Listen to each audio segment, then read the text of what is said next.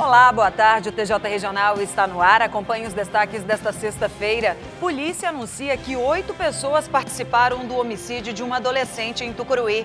Projeto social da Igreja Batista está suspenso. Ribeirinhos precisam de auxílio após cheia do Rio Tocantins. E ainda, Luiz Henrique Mandetta é exonerado do Ministério da Saúde. O TJ Regional já está no ar.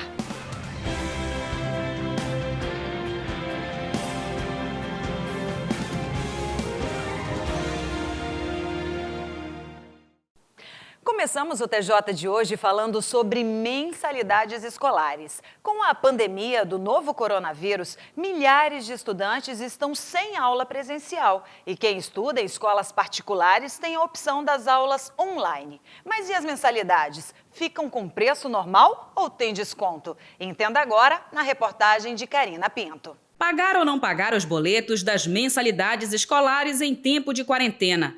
Eis a questão. Essa é a dúvida dos pais que estão com os filhos em casa, estudando à distância para garantir que o conteúdo programático não fique atrasado.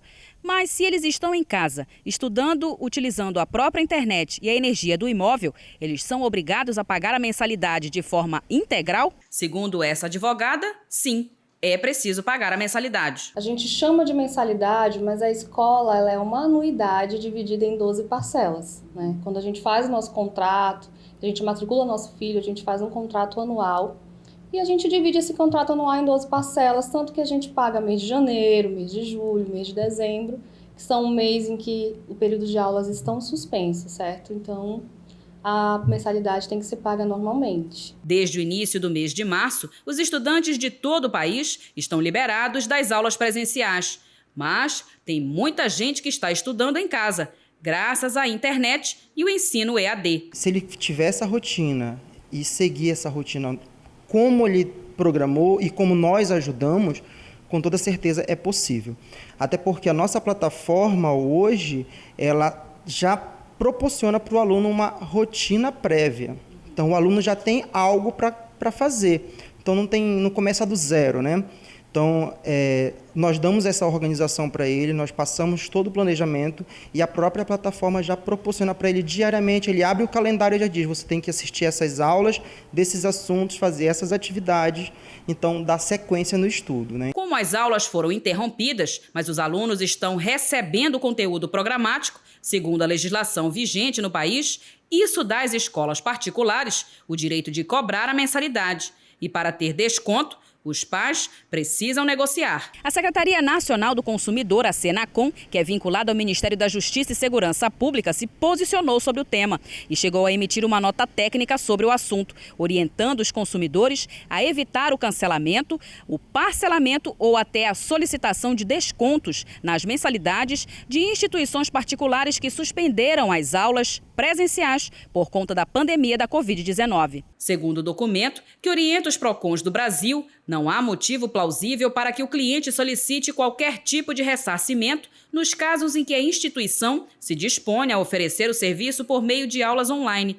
ou reposição após esse período. Então, houve realmente essa proposta de se negociar descontos de 15% a 30%, na medida em que a escola está oferecendo, proporcionando ao aluno essa plataforma digital.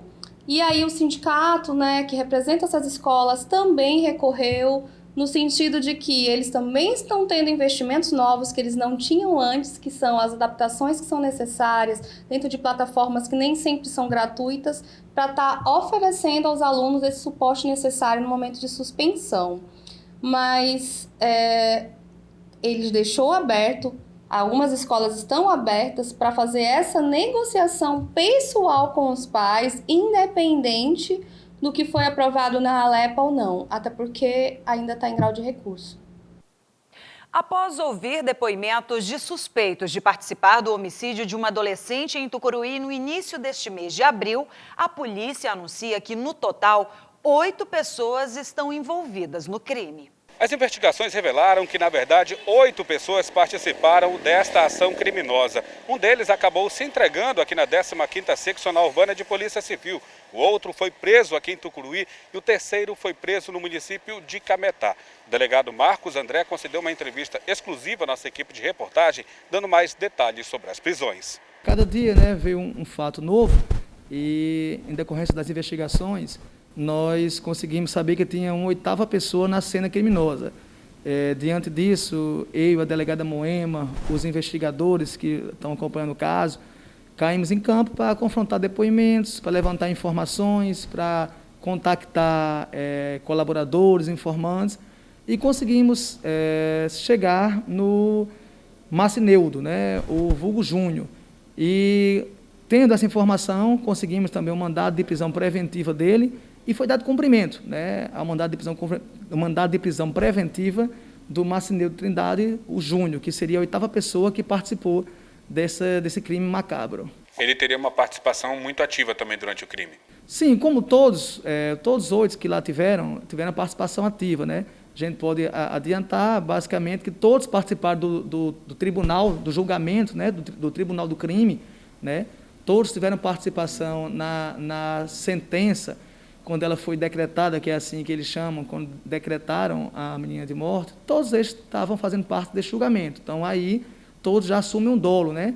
E, além disso, eles tiveram participação específica, né, que está ainda na investigação, que vai ser colocado quando for no momento do relatório, né, policial para a Justiça, mas todos tiveram participações incisivas, e o Júnior, que foi preso, foi um dos que também teve participação ativa e um dos principais envolvidos na cena criminosa. Delegado, agora nós tivemos, logo após inclusive a coletiva que ocorreu na última terça-feira, nós tivemos a apresentação de um dos acusados que se apresentou aqui na delegacia e tivemos na sequência a prisão do outro identificado como Palhaço, que foi preso em Cametá.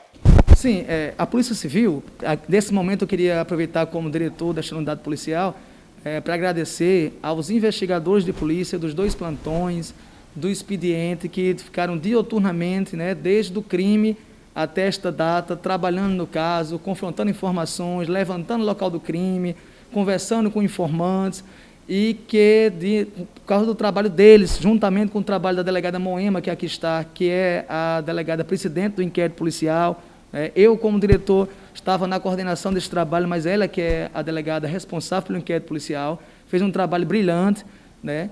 Ela, todos sabem que estava na DEAN até um dia desse e veio compor aqui a equipe com a gente, e já começou com o pé direito, né?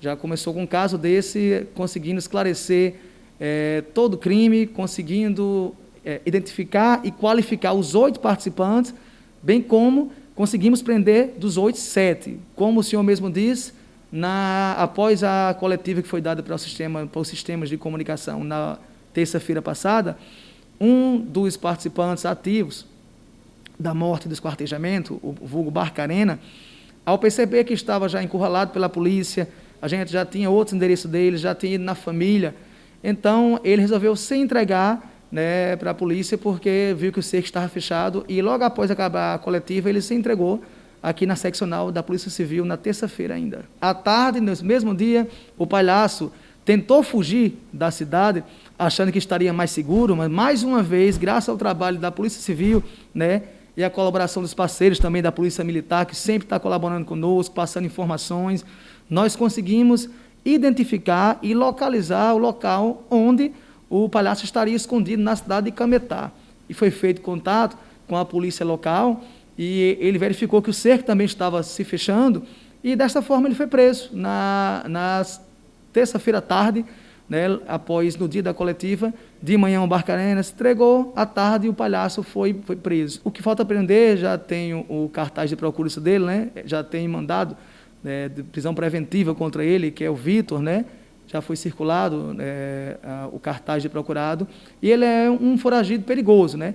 Participou, eu posso dizer que ele participou ativamente, né? Foram um dos principais autores da morte e do esquartejamento, é uma pessoa fria, né? E que precisa também estar preso junto com os demais. A conduta será individualizada de acordo com a participação de cada um. A conduta deles vai ser especificada pela participação de cada um, né? Em suma, eles vão estar respondendo por homicídio qualificado, né? Por vilipêndio a cadáver e por outros crimes que, na análise final, agora do relatório final, a delegada Moema vai estar fazendo um indiciamento completo da participação de cada um. O delegado Marcos André agradece o apoio da população. A população, como sempre, ela é muito importante. A polícia só, a gente sempre fala isso, ela nunca faz nada. Ela precisa da ajuda da população, da ajuda da imprensa. A Polícia Civil precisa se ajudar com a Polícia Militar, a Militar ajuda a Polícia Civil, nós ajudamos a Militar e assim vai. Precisa haver uma harmonia entre as instituições, entre os órgãos, entre a sociedade com a polícia, porque a sociedade é quem é a principal privilegiada, a principal beneficiada quando a gente tira um traficante, tira um homicida, tira 8 pessoas dessas que praticaram esse crime de homicídio, esse esquartejamento. Quando ele sai da sociedade, quem mais ganha, na realidade, é a sociedade. Então, é importante que a sociedade colabore. E também foi graças à participação de várias pessoas que colaboraram conosco que essas pessoas, esses 7 monstros, estão hoje presos e vão ser transferidos para o sistema penal para responder pelo seu crime perante a lei. Está precisando reforçar a segurança da sua empresa ou do seu patrimônio? A Parafogo Extintores oferece os melhores produtos. Confira no VT. Está precisando de extintores de incêndio para sua empresa ou sua casa? Então vá para Fogo Extintores. Extintores industriais e automotivos, centrais de alarme de incêndio, acionadores, botoeiras, sirenes, placas de sinalização, luminárias de emergência, fitas antiderrapantes e de demarcação de solo, pisos táteis, EPIs e hidrantes. Recarregamos o seu extintor e fazemos o controle das suas recargas. Para Fogo Extintores. Magalhães Barata 97, próximo à Câmara Municipal. Veja a seguir, projeto social da Igreja Batista em Vila Permanente está suspenso.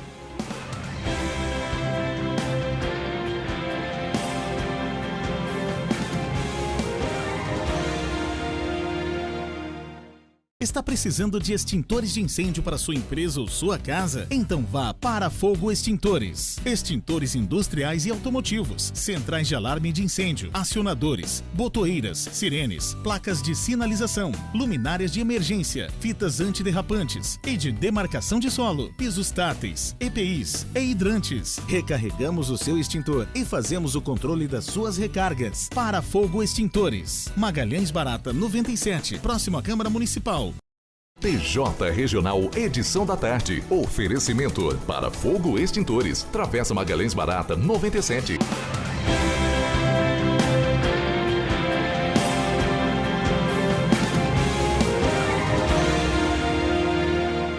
De volta com o TJ Regional. E olha, devido à pandemia do novo coronavírus, foi suspenso o projeto social da Casa de Apoio da Igreja Batista em Vila Permanente. A Casa de Apoio aqui da Igreja Batista da Vila Permanente vem passando, claro, por muitas dificuldades em virtude do novo coronavírus. A gente vai conversar com o pastor Pires para ter informações mais detalhadas acerca desse assunto. Infelizmente, né, pastor, muitas pessoas estão deixando de ser ajudadas com as ações sociais que vocês tinham aqui em virtude a essa pandemia. É verdade, a gente tem que encarar a realidade, né? Embora com pesar muito grande no coração, e sabendo da importância da Casa de Apoio para as pessoas que vêm do interior para se internar no Hospital Regional e também agora na UNACOM, mas nós não podemos desconsiderar as orientações da Organização Mundial da Saúde e do Ministério da Saúde e até mesmo da Secretaria Municipal de Saúde do nosso município.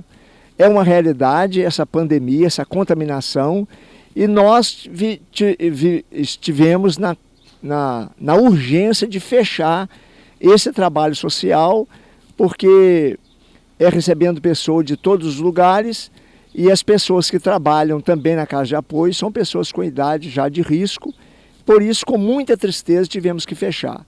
Senti muita tristeza no coração, alguns irmãos que trabalharam na Casa de Apoio até se emocionaram, choraram, mas nós tivemos que lidar com a coisa na parte técnica, que é reconhecer que é um perigo muito grande continuar aberto. Aí tivemos que fechar os 2 trabalhos sociais, que é a Casa de Apoio e o Restaurante Popular. Infelizmente ainda sem data para retorno, né? Sem data, porque estamos aguardando aí a liberação aí da Secretaria Municipal para a gente poder, mas tão somente a gente tiver a liberação num dia, no outro já estará aberto.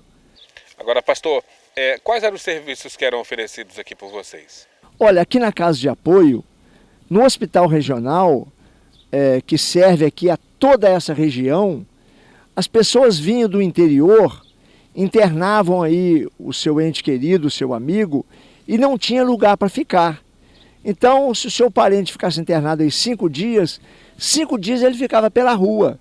Se tivesse dinheiro para comer, comia. Se não tivesse, não comia. E dormia muito menos.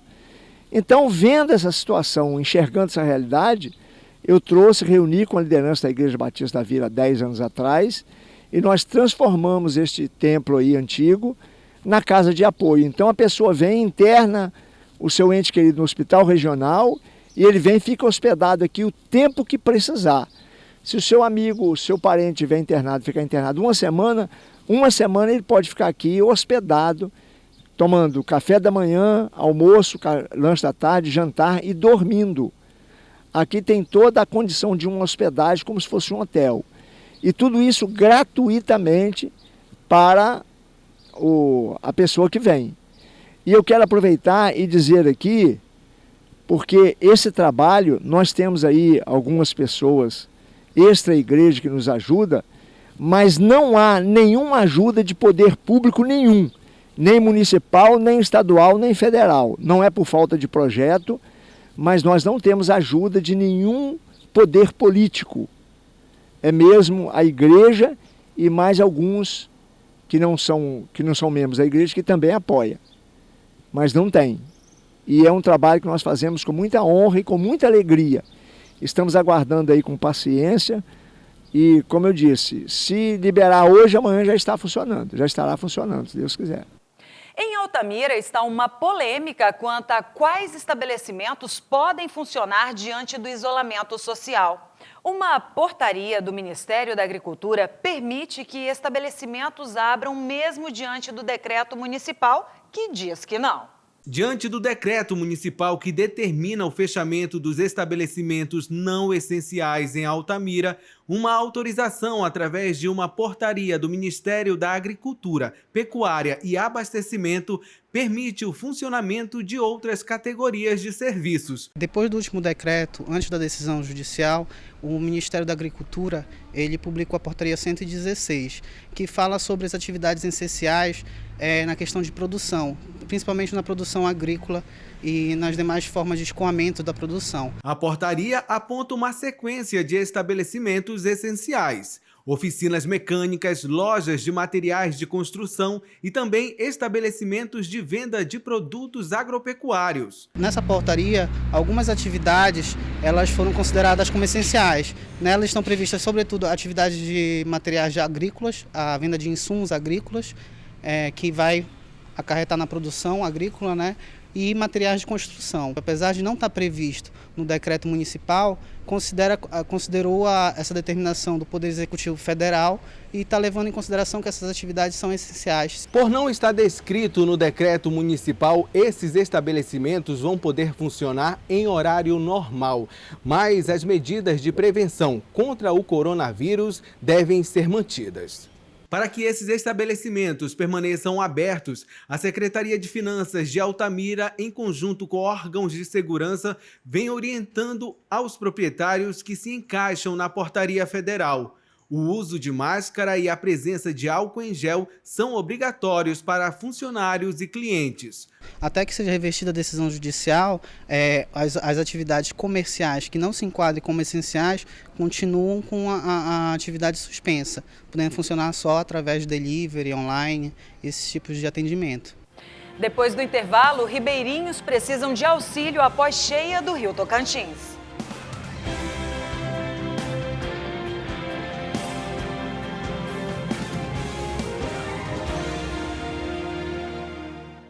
Está precisando de extintores de incêndio para sua empresa ou sua casa? Então vá para Fogo Extintores. Extintores industriais e automotivos, centrais de alarme de incêndio, acionadores, botoeiras, sirenes, placas de sinalização, luminárias de emergência, fitas antiderrapantes e de demarcação de solo, pisos táteis, EPIs e hidrantes. Recarregamos o seu extintor e fazemos o controle das suas recargas. Para Fogo Extintores. Magalhães Barata 97, próximo à Câmara Municipal. TJ Regional Edição da Tarde. Oferecimento para Fogo Extintores. Travessa Magalhães Barata 97.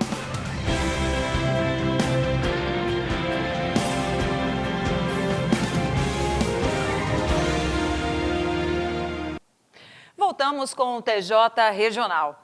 O presidente da Associação das Populações Organizadas Vítimas das Obras no Rio Tocantins e adjacências, a Povo, fala das dificuldades que ribeirinhos enfrentam com o nível elevado do Rio Tocantins. Eles pedem auxílio ao poder público.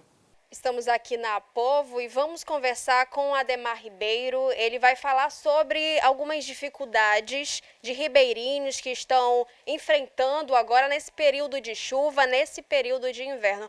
Ademar, como é que está a situação dos ribeirinhos?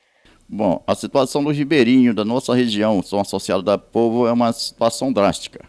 Devidamente o acúmulo da água no início do inverno, que a Eletronorte acumulou para deixar com que a água, com medo de a água não chegasse nas alturas.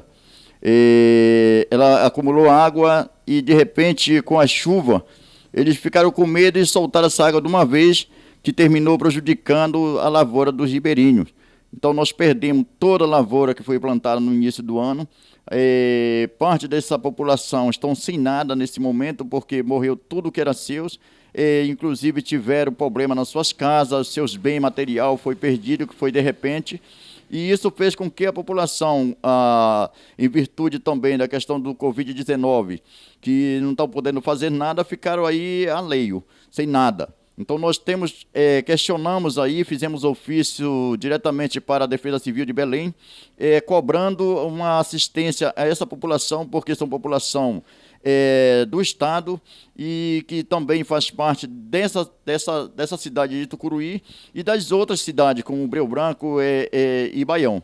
Então essas vilas foram totalmente afetadas diretamente com a questão da enchente. Essa enchente ela não foi muito demorada, mas ela durou em torno aí de uns 10 dias, mas ela deixou estrago de tudo.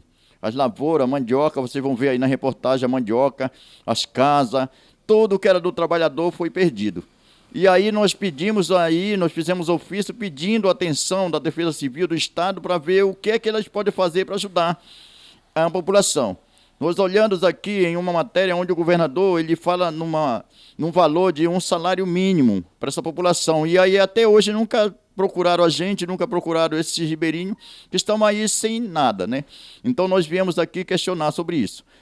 Fizemos um ofício também diretamente para o Ministério de Direitos Humanos com a secretária Sandra Terena e estamos tendo contato com ela, estamos nos comunicando. Vamos ver se dá tudo certo, mas nós precisamos desse apoio diretamente para a população dessa região.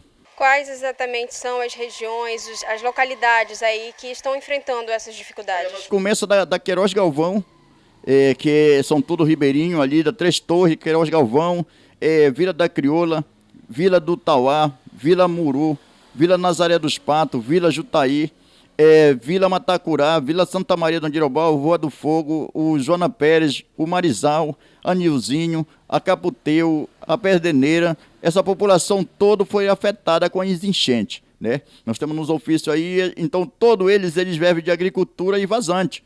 E a agricultura, como eles estão acostumados que é difícil ter enchente, eles não estavam esperando. E de repente perderam todos os seus cacau, sua plantação que foi plantada esse ano, o cacau já estava aí com uma boa altura de tamanho aí, foi perdido. E as lavouras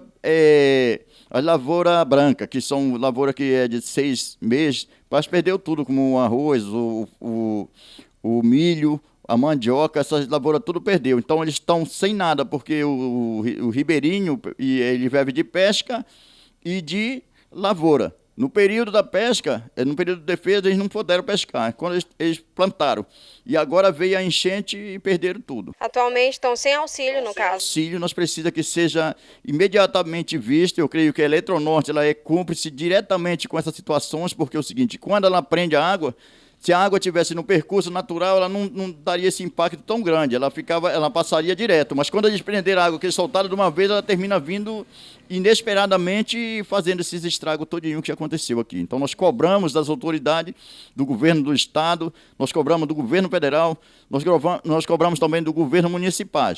Né? Nós precisamos, o nosso advogado pediu que a Defesa Civil nos passe o documento que ela fez sobre a questão da enchente. Eu não sei, eu passei por Dinei, que é o responsável aqui da Defesa Civil, ele falou que quem deve ter feito esse documento foi a Prefeitura. Então, nós precisamos saber desse documento, que é para nós poder estar entrando com uma ação pedindo o ressarcimento dessas percas e danos. E após muitos dias de indecisão se o ministro da Saúde continuaria à frente da pasta devido ao desgaste com o presidente Jair Bolsonaro, ontem foi anunciado que Luiz Henrique Mandetta não é mais o ministro da Saúde. Foram muitos embates com o presidente da República. Confira os detalhes no pronunciamento. Agora há pouco terminei uma reunião com o ministro Mandetta, aproximadamente 30 minutos, e discutimos a situação atual do Ministério, bem como da pandemia. Uma conversa bastante produtiva, muito cordial, onde nós selamos um ciclo no Ministério da Saúde. Ele se prontificou, como era esperado da minha parte, participar de uma transição a mais tranquila possível, com maior riqueza de detalhes que se possa oferecer, e em comum acordo, mas o termo técnico não é esse, eu o exonero do Ministério nas próximas horas. Foi realmente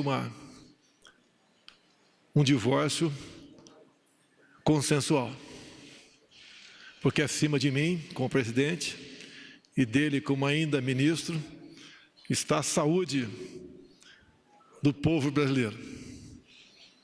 A vida, para todos nós, está em primeiro lugar. A questão do coronavírus se abate sobre todo o mundo e cada país tem as suas especificidades. Como bem disse o chefe da OMS, o Brasil não é diferente. Como presidente da República, eu coordeno 22 ministérios. E na maioria das vezes, o problema não está afeto apenas a um ministério. Quando se fala em saúde, fala-se em vida, a gente não pode deixar de falar em emprego. Que uma pessoa desempregada, ela estará mais propensa a sofrer problemas de saúde do que uma outra empregada. Muitos aqui entraram comigo no Ministério da Saúde, mas a grande maioria eu conheci desempenhando funções no Ministério da Saúde. A maioria de vocês conheci trabalhando pelo Ministério da Saúde. Não posso medir o tamanho do meu agradecimento pelo que aprendi com vocês. Saio daqui com uma experiência absolutamente fantástica. O clima organizacional, se é assim que a gente pode chamar, nas grandes empresas que tanto buscam como ter um clima dentro da empresa para trabalhar, saibam que por algum motivo, algum alinhamento de astros, alguma vontade, sabe-se lá do quê, mas sempre de acertar, aqui dentro desse ministério foi o melhor clima organizacional que alguém poderia ter construído. Porque ele nunca foi uma via de mão única. Ele nunca foi de mim para eles, nem deles para mim. Ela sempre foi ida e volta. Eu sempre fui a voz a ser convencida a mudar de posição. E quantas vezes eu mudei de posição porque vocês mostraram que tinha que mudar de posição. E eu prefiro ser essa metamorfose ambulante do que ter aquela velha opinião formada sobre tudo. Vocês podem acreditar. E são vocês que levam que a opinião seja essa, após o embate, após a reflexão, após o conjunto dessa obra. Não tenham medo. Não façam 1 milímetro diferente do que vocês sabem fazer. Eu deixo esse Ministério da Saúde com muita gratidão ao presidente por ter me nominado e ter permitido que eu nominasse cada um de vocês. Deixo esse ministério... Ó, meu amigo Wanderson, chegou o mineirinho. Senta aí. Senta aí. Eu deixo esse ministério, mas eu sei o que eu deixo. Sei que deixo aqui a melhor equipe. Trabalhem para o próximo ministro tal qual vocês trabalharam para mim. Ajudem, não meçam esforços. Se trabalhavam para mim numa zona de conforto pela equipe já estar organizada, desdobrem os seus esforços para que eles tenham o melhor espaço possível para trabalhar. Alertem, conversem, dialoguem. Vocês sabem fazer isso. Vocês são todos extremamente capazes e não vai ser esse problema. Esse problema é insignificante. Nada tem significado que não seja uma defesa intransigente da vida, uma defesa intransigente do SUS e uma defesa intransigente da ciência.